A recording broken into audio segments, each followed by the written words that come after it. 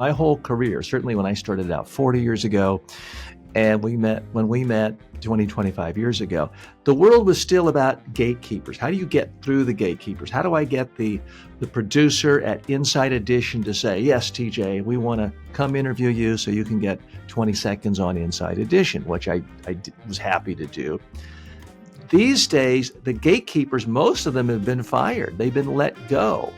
TV news staff around the country have been decimated. They have a threadbare staff, and it's really more about creating your own media. Today, the biggest gatekeeper is someone you look at every day in the mirror. For most people, it's just saying, well, I'm not good enough to have a podcast, or I don't look good enough to be on TV. Now, your podcast viewers can't tell, but I didn't wait for anyone to say, TJ, you look just like George Clooney and you have a perfect head of hair like Brad Pitt. I just know I'm just going to do it. Didn't? Well, hey there. Welcome to Media Savvy, the podcast that gives you a behind-the-scenes look at what it takes to get noticed by media and become the go-to expert that they keep coming back to. I'll be sitting down with successful writers, producers, and entrepreneurs to learn the tools and tactics they use to build their reputation and in turn boost their business. I'm your host, Taub-Dix, and I've been working with top-tier media outlets for more than 30 years, anywhere from traditional print publications to online and social platforms. And I'm sharing my nutrition guidance without gimmicks. But you don't have to be a dietitian for this podcast to speak to you. Through my one-to-one conversations, you'll learn how to build a strategy to get your name in the news and establish yourself as an authority in your field, no matter what the industry. With Media Savvy, I'm on a mission to inspire, motivate, and empower you to have the confidence and tools you need to shine in the spotlight. Are you ready? Let's get Media Savvy.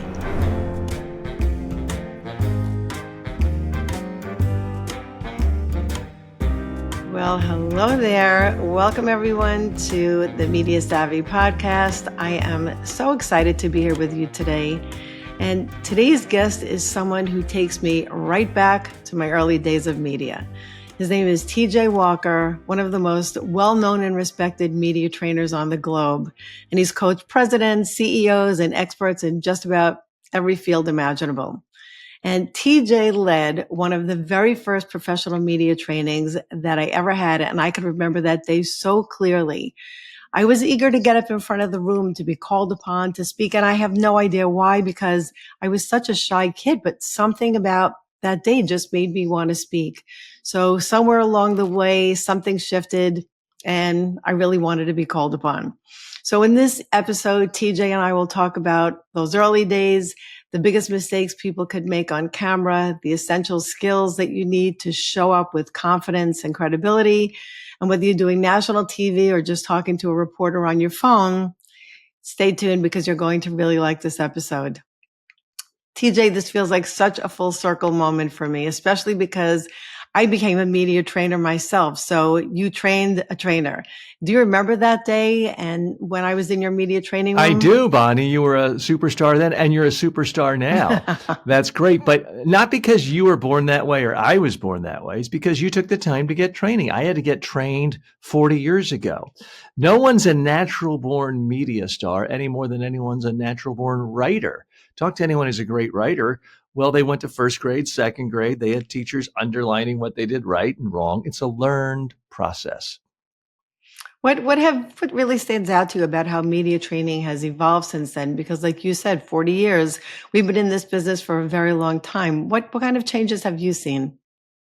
Well, when I started out, and even when we first met a couple of decades ago, it was very much about big broadcast media. Major newspapers were still a pretty significant thing. And if you could get into an interview, that was so much of the battle. So then it was about figuring out, of everything you could say, how do you narrow it down to your top 3 messages, and then answering questions strategically and packaging your messages with sound bites. Those are all, and how to look your best on camera. Those are all still really useful skills. But these days, it's so much more important to really just be out there a lot and constantly in the media. The people I see most successful these days are the people who are in the media the most. every way. They have their own podcast like you. They have their own YouTube channel. They are tweeting. They're publishing books. It's a constant stream. They're not waiting to be called upon by the producers of The View. They'll go on The View when asked, but it's a teeny tiny portion of what they're about. They're creating their own media companies, essentially. And there's a saying that's going around now that every podcast is becoming a TV show. Every TV show is becoming a podcast. Just recently, I saw Mel Robbins, who's probably familiar to a lot of your audience, Sure. on the Bill Maher HBO show. So, 10 years ago, he probably wouldn't have been interested in somebody who's a podcaster. And this past weekend when she was on his show, he was thank you so much. Everybody wants you, everyone, because she's got a #1 podcast and a #1 book sales. So she's the hot thing. Everybody wants that. So that's the biggest change. Is it's never been easier to be your own media company as opposed to simply being in the media and promoting yourself in the media. Now, it's not easy to be a successful media company or to have a huge audience, but anyone today can start their own podcast, their own YouTube channel, their own TikTok. It's incredible, that it's something that I never had to deal with in the past because producers used to come to me. And in fact, the TV stations used to have, they probably still do to some respect, these interns who used to go through the news and see people who were quoted in the news and then ask them if they wanted to be on the show. And that used to happen to me over and over again. But what you're saying is so key because now you have to get out there. You need to show up. And if you show up in some form or another, whether it's TV or a podcast or whatever, or even getting quotes in simple, stories in the news, that may not seem like a lot, but it really does carry weight, especially if you get your name in the news over and over and over again. It builds credibility. And these days, the easiest way to get mainstream or old-fashioned or traditional media to contact you is for you to have an active presence in new media on a daily basis. That's really what's so different. I mean, my whole career, certainly when I started out 40 years ago, and when we met 20, 25 years ago, the world was still about gatekeepers. How do you get through the gatekeepers? How do I get the producer at Inside Edition to say, yes, TJ, we want to come interview you so you can get 20 seconds on Inside Edition, which I was happy to do. These days, the gatekeepers, most of them have been fired. They've been let go. TV news staff around the country have been decimated. They have a threadbare staff. And it's really more about creating your own media. Today, the biggest gatekeeper is someone you look at every day in the mirror. For most people, it's just saying, well, I'm not good enough to have a podcast, or I don't look good enough to be on TV. Now, your podcast viewers can't tell, but I didn't wait for anyone to say, TJ, you look just like George Clooney and you have a perfect head of hair like Brad Pitt. I just know I'm just going to do it. and I'm not perfect looking. Everyone has something they don't like about how they look or sound. You can't let that stop you. And I mean, everyone. One of the advantages I've had of working with tens of thousands of people in 45 countries in person and more than 12 million student enrollments is I've noticed everybody has some insecurities. I've had clients before, I put them on camera and they fall down crying. They're so uncomfortable and nervous. And I usually say the same thing, relax, nobody's 21 anymore, and I've got some wrinkles and my hair is not perfect. I had a client once, put the camera on her, recorded her speak, doing an interview, watched it. I looked, she's crying. Like, what's wrong? And she's saying, TJ, I can't stand the way I look. I can't stand the way I sound. I was about to say what I normally do, which is relax. Nobody's 21 anymore. The only problem was I couldn't say that because she was 21. She was 21. I had a feeling you were going to say that. She was actually Miss Universe. Couldn't stand the way she looked. Couldn't stand the way she sounded. She had a great voice. She looked spectacular.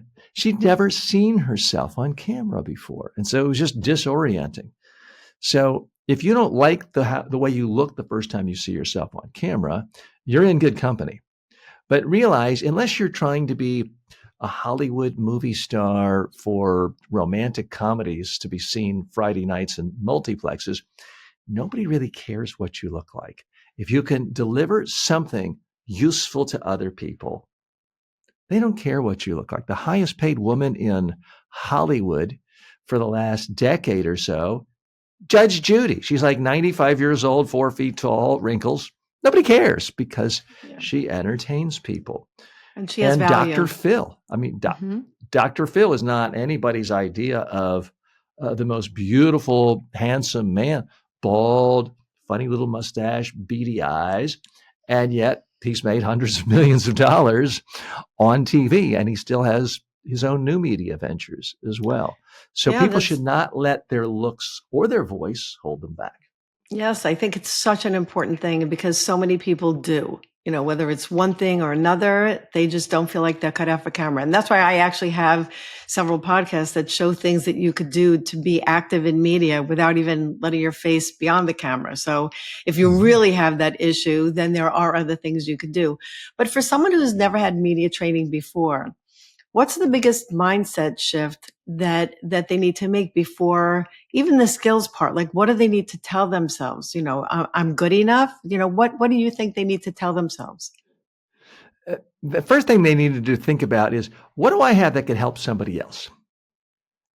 What holds people back is me, poor little me. Oh, what if I don't look good? I don't mean to sound mean to anyone, but it's a very self-centered view.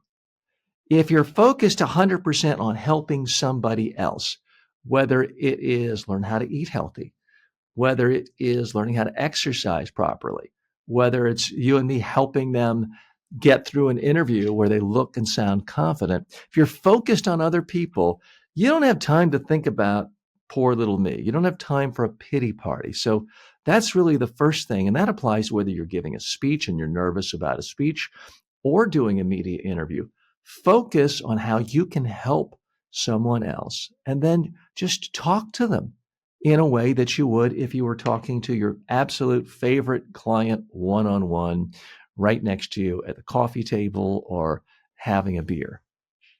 One of my guests, his name was Mike Pacchioni, once said that when you're up there giving a speech and you're thinking just what you're saying about your audience, oh no, what are they going to think about me? They want you to succeed. They want you to give a good presentation. Otherwise, you're wasting their time. So they want you to really do well. And all you have to do is, do well. And in doing well, you really have to be prepared. So what do you use as a process when you're trying to help clients to prepare, whether it's, trying to learn their sound bites or be authentic? What are some tips that you could give our listeners about how to prepare for getting ready to be in media, whether it is TV or a magazine interview? Well, I hate to sound like I'm ripping off Mel Robbins, let them, but if it comes down to something that short, ask them what they want to do better. Ask them how they want to improve. So if I'm working with a bunch of dietitians and they're like, I want to be so good that Good Morning America wants me to be their resident dietitian on once a week, I'm going to focus just on that skill. If it is a lawyer who says my only goal is not being misquoted because I don't want to be sued, we'll focus on that skill. So ask your audience, whether it's a speech, a training group, an audience for a podcast, what they want to do to get better. Where do they want to improve? What are they looking for? And then figure out how can you help them based on your own knowledge, your own experiences, your insights and expertise. Mm-hmm, mm-hmm. Yeah. And, I know from experience that interviews don't always go as planned. So what do you tell people about recovering gracefully when a reporter goes off the rails or goes rogue? And I know that I've done an SMT, a satellite media tour, where it was really about almonds and how healthy almonds are, and talking about almond milk. And that was my sound bites. I had them all packed. And one of the interviewers said, "Hey, listen, my brother-in-law's on the keto diet. Could you tell me about the keto diet?" Huh. And it was like I said, and I know I only had like 3 minutes for this interview. And I said, "Oh yeah, call me. We'll talk about it. But let me tell you about this." So, just to get off the topic. So what are some tips that you have for not panicking, but trying to get off the topic? Well, there's good news and bad news. The bad news is we no longer live in a world that we lived in, say, 20 years ago. If you could get on Oprah, one good interview, boom, your book became a bestseller. You became rich and famous. Your career was set. Or going back even further, some of your audience may remember Dr. Wayne Dyer. He went on The Tonight Show once. Your Erroneous Zones soared to the bestseller. His whole career was made from one TV appearance. We don't have mass media like that. So that's the bad news. The good news is no one bad interview really matters because nobody remembers it. It's really a volume game. It's about, can you do lots and lots and lots of interviews? Can you create lots of media content? Can you be out there constantly? Because people forget very quickly. And it's really about, can you persistently be in front of people? And again, the good news is you can have a horrible scandal happen and people don't remember it. Most people don't even remember. I mean, there was this horrible thing about Jeff Bezos where someone snuck in, took all the pictures from his phone, naked pictures, wildly embarrassing. Nobody even remembers it now. It was in all the tabloids, but he's in the news so often with so many other things he's doing, whether it's Amazon or his space company or extravagant weddings. No one even remembers that from years ago. So it's a much more fluid situation now with media. And it's really about, you've got to be out there constantly connecting with new people, but also connecting with your fans. What is different now, and I would argue better than in the old days, is it's possible for people to really build a tribe, a community, a fan base, whether that's through emails on a list or it's for subscribers to your podcast. By the way, anyone who's not already subscribing to Bonnie's podcast should do so now. Subscribe to it, follow it. Better yet, leave a great review for Bonnie on this podcast that you're listening to. And you can build a community, and with that is power. If people come to me all the time, say, "Oh, I want to write a book. I want to write a book," and my answer is complete waste of time until you have an email list of 500,000 people, until you can show major publishers or just your own pocketbook if you're self-publishing that you have tens, if not hundreds of thousands of people who love your ideas, who are already listening to your podcast, watching your YouTube show, a part of your Facebook community. You've got to build a tribe first, because you can't really launch a career with a book anymore these days. It's extremely rare. You launch it the slow, painstaking way of building one fan, one subscriber, one community member at a time, day in or day out. Everyone wants to be Mr. Beast in 3 weeks. And Mr. Beast wasn't Mr. Beast his first 6 years because he started when he was 12. He had no traction for years and years. Many wildly successful podcasters, you look at their history, they're like, yeah, I did it every single week for 3 years and I only had 1,100 subscribers.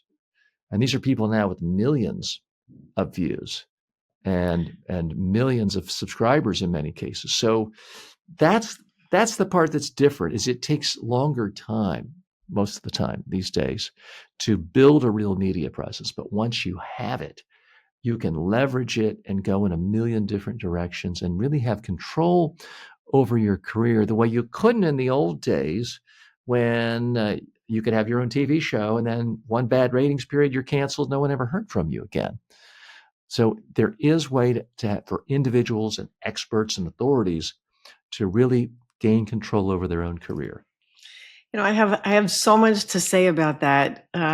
Also, thank you for the plug. This was not rehearsed, just so my listeners know. Something happened to me this week. I had 2 clients, potential clients, that called me for media training. And both said something that I really didn't expect. They said that they've been listening to my podcast and that they felt like they already knew me, that my voice really helped them to feel like someone was actually talking to them. Mm-hmm. And what you said is so true, that you don't have to have a huge following, at least at first, to be successful. And what do you call success? If you're helping someone then you already are successful. And I think that has to start slowly and then you build upon it. But the beauty of today is that there really are avenues that you could take, which we didn't have years ago because we weren't the ones in charge. I had to be invited onto a TV show. I had to be called by a reporter to get a story out there as opposed to having a blog or a social media post. It was really a very different world then. Yeah, I well remember I had to beg to get a TV show on. I started my own syndicated TV talk show in the late 1980s. I physically had to drive to every TV station in Florida, bang on doors, beg for meetings with managers. Please, please, please put me on. And Sunday morning at 5 a.m. And it was a lot of hard work, very difficult, and virtually impossible to monetize. Again, now the biggest stumbling block, the biggest gatekeeper is yourself.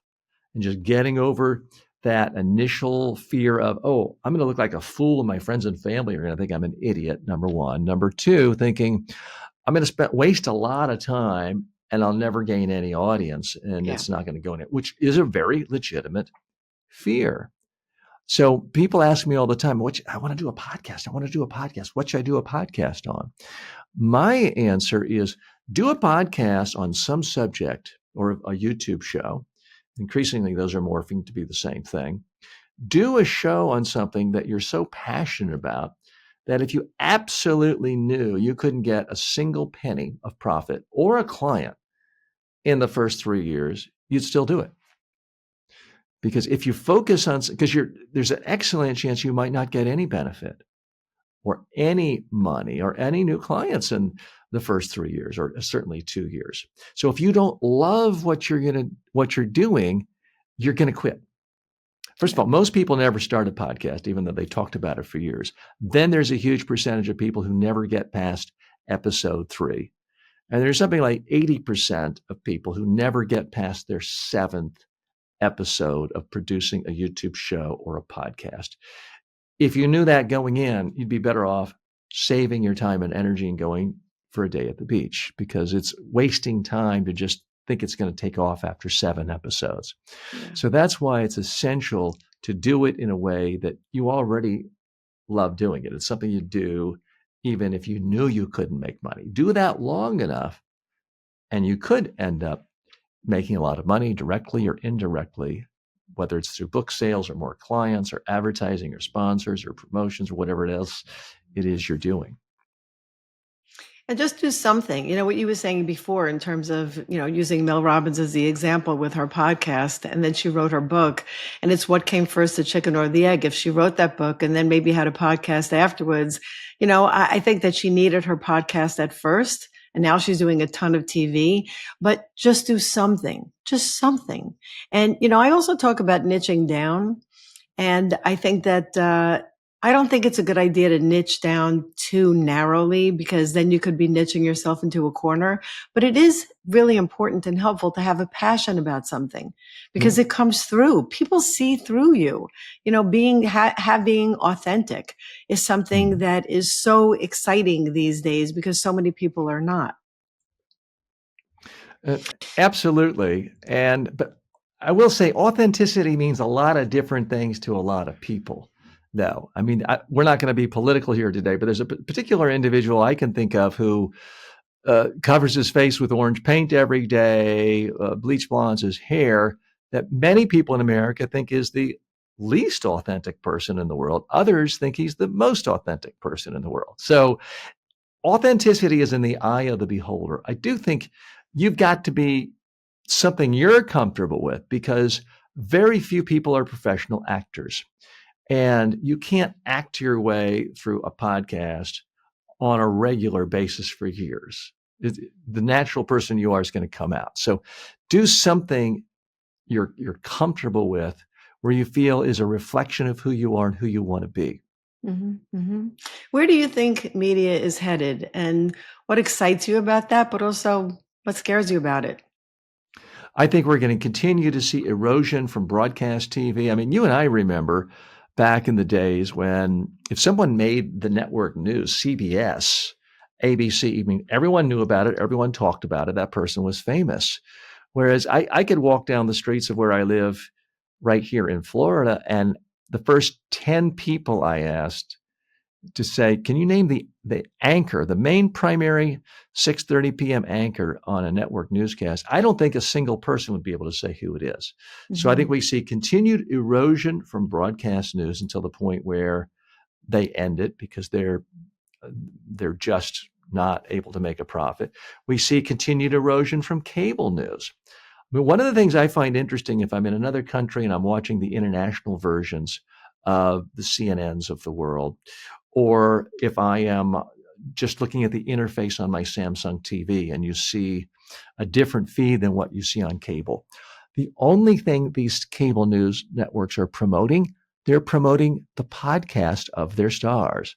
Sign up for Sanjay Gupta podcast. Sign up for Anderson Cooper pod. They realize the days are ending when someone is going to sit there and be forced what to watch right now because it's so-called live, even though it's recorded in advance. The whole world is morphing into this podcast world, which I never really liked the name podcast, but it's what's stuck. It's what we have. And it really just means here's a piece of content in audio or video that anyone can access from anywhere at any time. That's what people want. And that's essentially what an HBO movie is, although it's not called a podcast. That's what Netflix is. And interestingly, Netflix has now signed a deal where they are going to start taking top-rated podcasts from Spotify. So I think we live in a world where the gatekeepers have basically disappeared. The only thing a gatekeeper is going to do in the new world is say, okay, I see you're already on this platform. You have 2 million followers here, 3 million followers there, 7 million followers there. Well, now we're going to give you a lump of money to bring your audience to our platform. That's the only thing a gatekeeper is going to do. They're not going to make stars. They're not going to give anybody their big break. You want a big break, you have to start today yourself. And it doesn't have to be a daily 2-hour video audio podcast. It could be once a week, 5-minute audio podcast where you just give tips based on your own area of expertise or your own passion. And it could be narrow. It could be wider too. It could be a hybrid. I've recently started a hybrid show. It's called Filtered with TJ Walker. And I look at the top business, technology, and culture stories of the day, typically 5 stories a day. And then I filter it through the lens of my own expertise, communication skills, and personal development skills. So it's kind of broad and wide. I can look at any kind of issue, but it's also narrow and focused because to my knowledge, it's the only show in the world that looks at not only news, but business news and news commentary and bridges it together with personal development and communication skills. So my unique selling proposition is spend some time with me each day, and you'll not only learn more about important stories in the world, but you'll learn how to improve your own communication and personal development skills to make you more successful in your personal life as well as your professional life. So that's how I'm trying to be both essentially broad, but very narrow too, because I think I'm the only one in that space. So Tell if us the anyone wants name. to check it, Yeah, if tell anyone us the wants to name of the check it show. out, it's called Filtered with TJ Walker. Again, I'm filtering these top stories through the lens of communication skills. It's on every audio podcasting platform. It's on every video social media site. And we do it live each day, but it's also available on demand. And that's the other thing I'd urge people to experiment. I've been experimenting with Twitch lately, one of the live social media platforms. And I was all excited to look at the statistics, and I looked, and you know what I had yesterday? You know what the big numbers were? Literally 0. Oops. But I didn't put all my eggs in one basket. I've been live streaming on TikTok every day as well. And lately I'm getting between 5,000 and 7,000 views just showing up for the live every day. I wouldn't have known that if I'd said, well, I'm only going to do YouTube or I'm only going to do audio podcasting. So my recommendation is try, because remember, these big media companies don't care about you. One glitch in the algorithm, you can be gone. I've been tossed off YouTube before. I've had a channel deleted. My Instagram channel last week was deleted. What? And I wasn't doing anything salacious or a violation of terms. You can lose it at any point. So my other advice is realize it's their property. You're renting it from them, and they can terminate your lease at any point. They are the judge, jury, and executioner. So I do highly recommend you spread your risk. And that's the beauty of what you're doing with your podcast is once you create a podcast, one stream, and you're making it available to typically dozens and dozens of different podcasting platforms. Yeah, I think that the word multimedia is a kind of like, I think of it as multitasking, because having a diverse audience comes from you being in a lot of different places. In most cases, that's so important. And the other thing that you said that's so important is that so many people are not watching things these days. And if they are watching a video, because videos obviously are so important, they're listening to them. So a lot of people are not watching their phone with the sound on, or even watching their computers with the sound on. It's listening through their headphones. So that's why it's so important to also to have, a lively voice and to think about how people would hear you as opposed to what you look like and what, all of those other modalities that you might think about. Also so important. And I think your show is unique. I think I might be the only one who, besides you, that's sitting there and watching what the commentators are wearing. And, what about their earrings? And I can't believe they're having a dress of all these flowers on them or stripes. I could hardly hear what the news is because I'm too busy paying attention to all of those other things.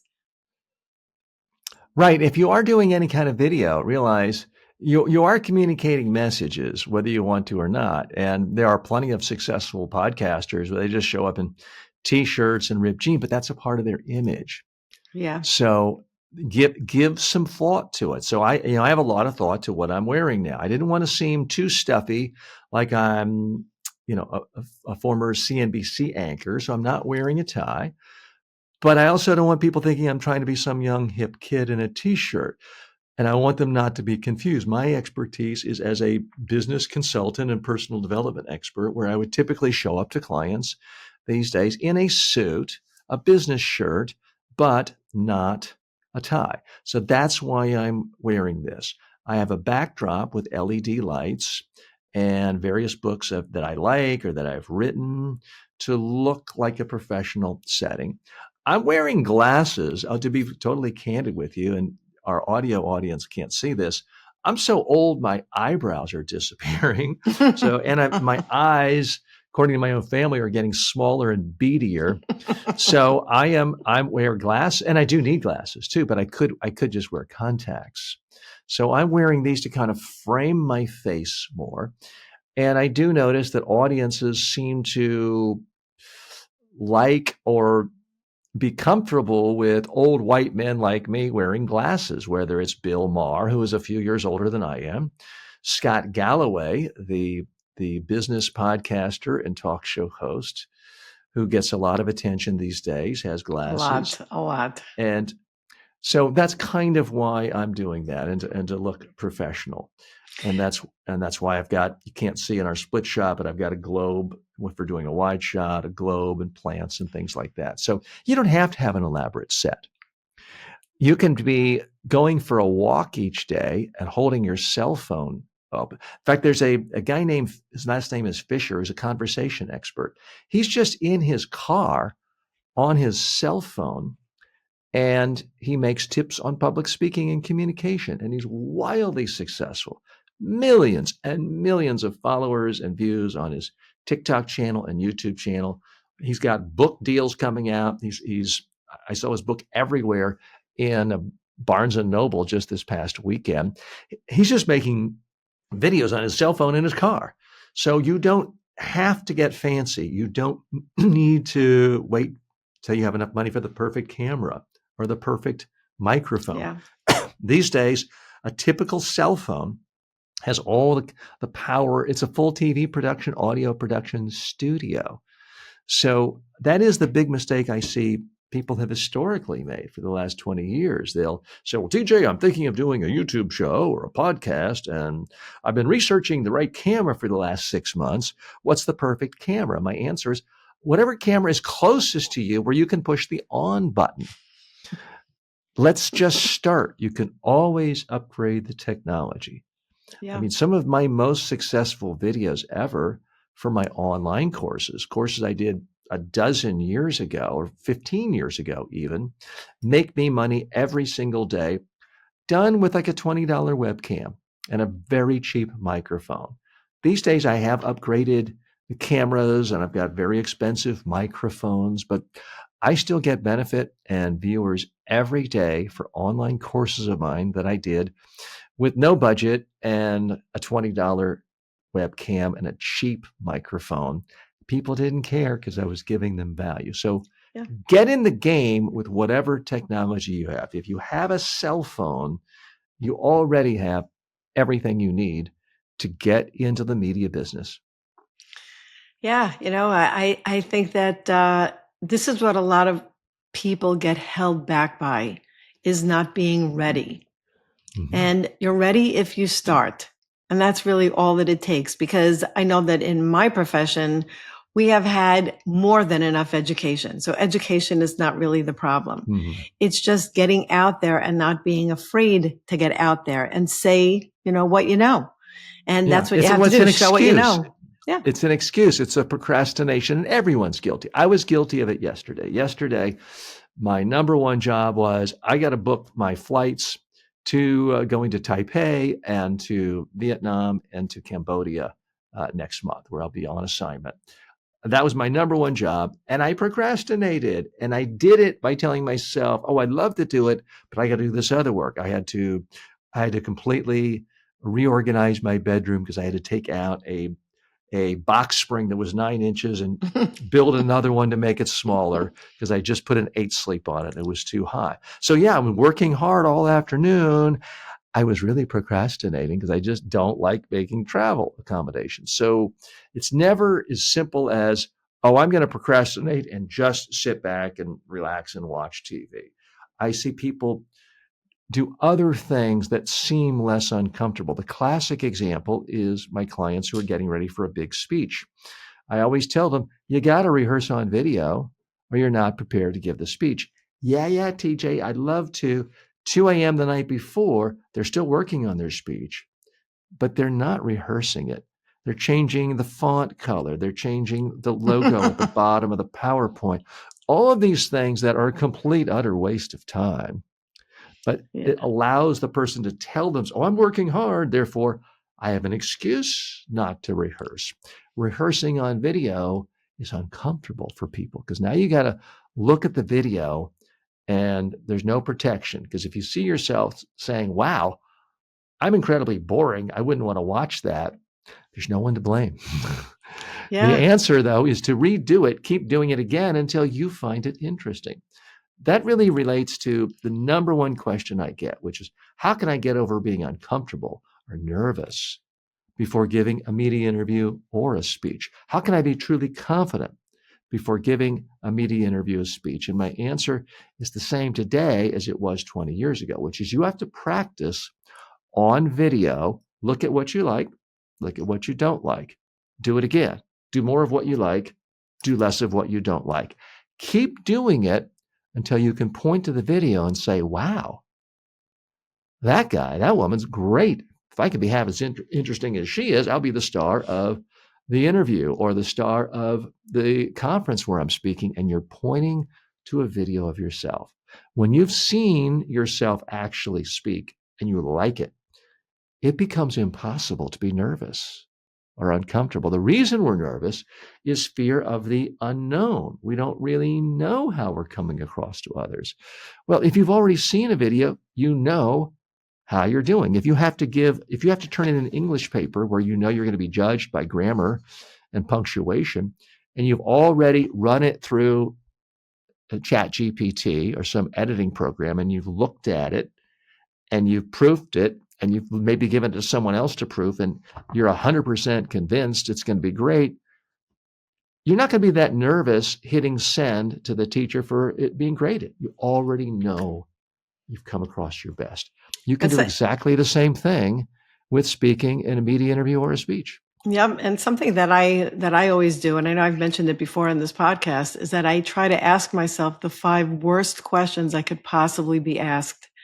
And then I research the answers, learn how to say the answers so that just in case I'm asked them, then at least I know what to say as opposed to being thrown a curveball. And that makes me feel better. Of course, you can't think about everything, but it definitely makes me feel better. And the other thing is that when you see yourself on video, there might always be something that you don't like, but if that's something that you can't change, your nose, your eyebrows, although you can really change your eyebrows, but your nose, let's say, although you can't really change your nose, but I'm talking about simple things, otherwise you should really be proud that you're even going on camera and that you were asked to do the interview because that's such a unique thing.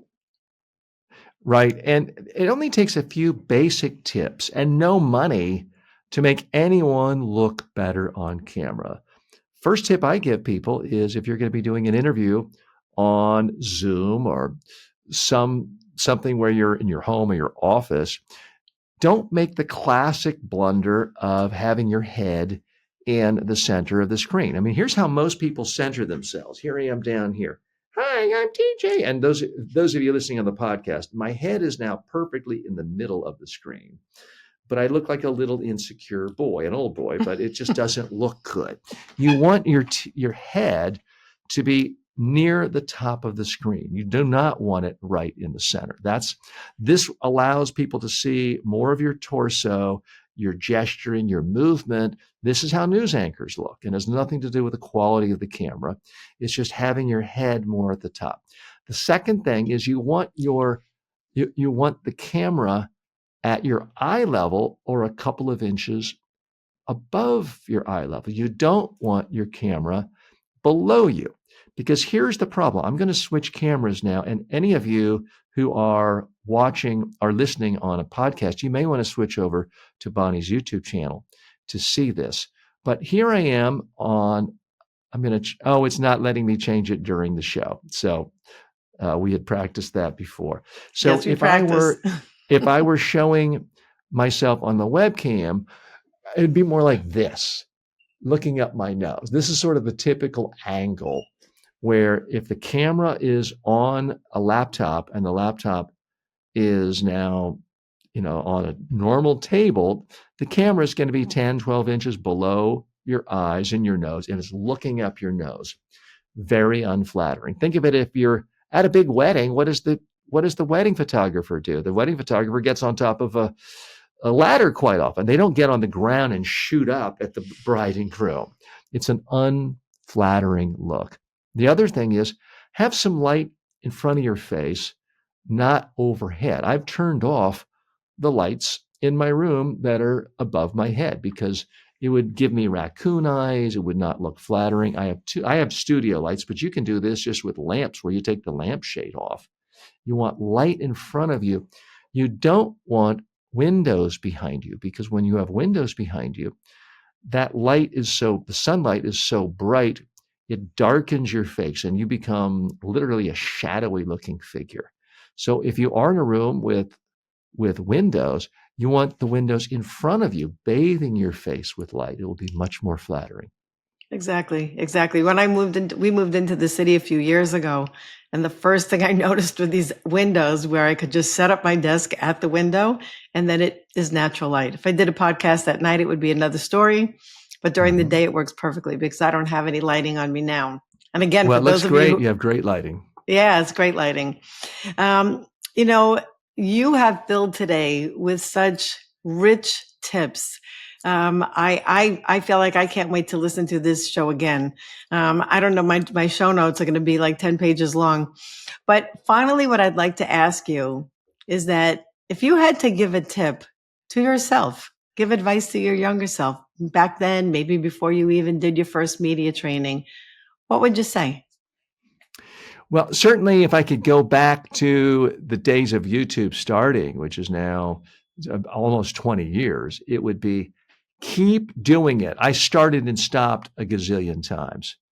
And I just started my most recent show three and a half months ago. I did a daily podcast about a dozen years ago on media training and public speaking. I did it daily for a year. And I felt like I had zero audience. So my advice to that person is, okay, TJ, the problem isn't that no one will listen to podcasts. The problem is no one will listen to your podcast. You got to tweak the format somehow. You got to be more interesting to people. So if I could go back in time, it would be to really spend more time in both video and audio, experimenting, but never stopping, just always making iterations and changes. Because when you look at the most successful people today, the Mr. Beast of the world, the Mel Robbins of the world, they've been in it a long time and they're constantly tweaking, iterating, looking at the data. They don't simply give up after one episode or 7 or 12 or not getting rich in the first year. So that would be really the biggest suggestion, is to realize the whole world is moving away from the gatekeepers and more towards any individual becoming their own media company. The audiences are up for grabs. You've got to be creative at offering yourself to them in a lot of different ways, a long enough time for them to find you. Speaking of find you, TJ, thank you so much for being on my show today. I loved catching up with you. I love walking down memory lane. Likewise. And obviously you reminded us that communication is a skill. It's not a gift. Yes, you could be gifted at communicating, but it's really a skill. And that's such a powerful takeaway. So please tell my audience, where can they find you? And the best way is to go to YouTube and type in TJ Walker Success. Typically, if you just type in TJ Walker, you'll see me as one of the top couple, and you'll find it that way. If on any podcasting platform, if you put in filtered with TJ Walker, you'll find my podcast. So that's my main focus in professional activity, although I do still give speeches and conduct trainings around the world. And I have 300 online courses, which 300? you can find. 300, which you can find on mediatrainingworldwide.com, my main corporate website.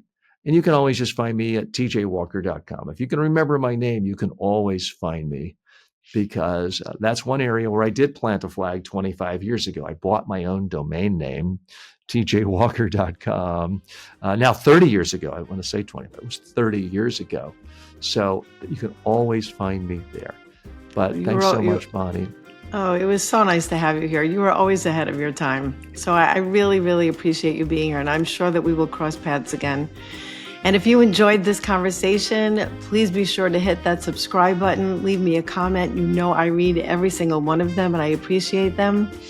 And if you want to get in touch with me, you could follow me on Instagram at BTD Media, and you know where to find me. So just wanted to say before I go, you are looking mighty media savvy today. So until the next time, take care. Bye-bye. Thanks.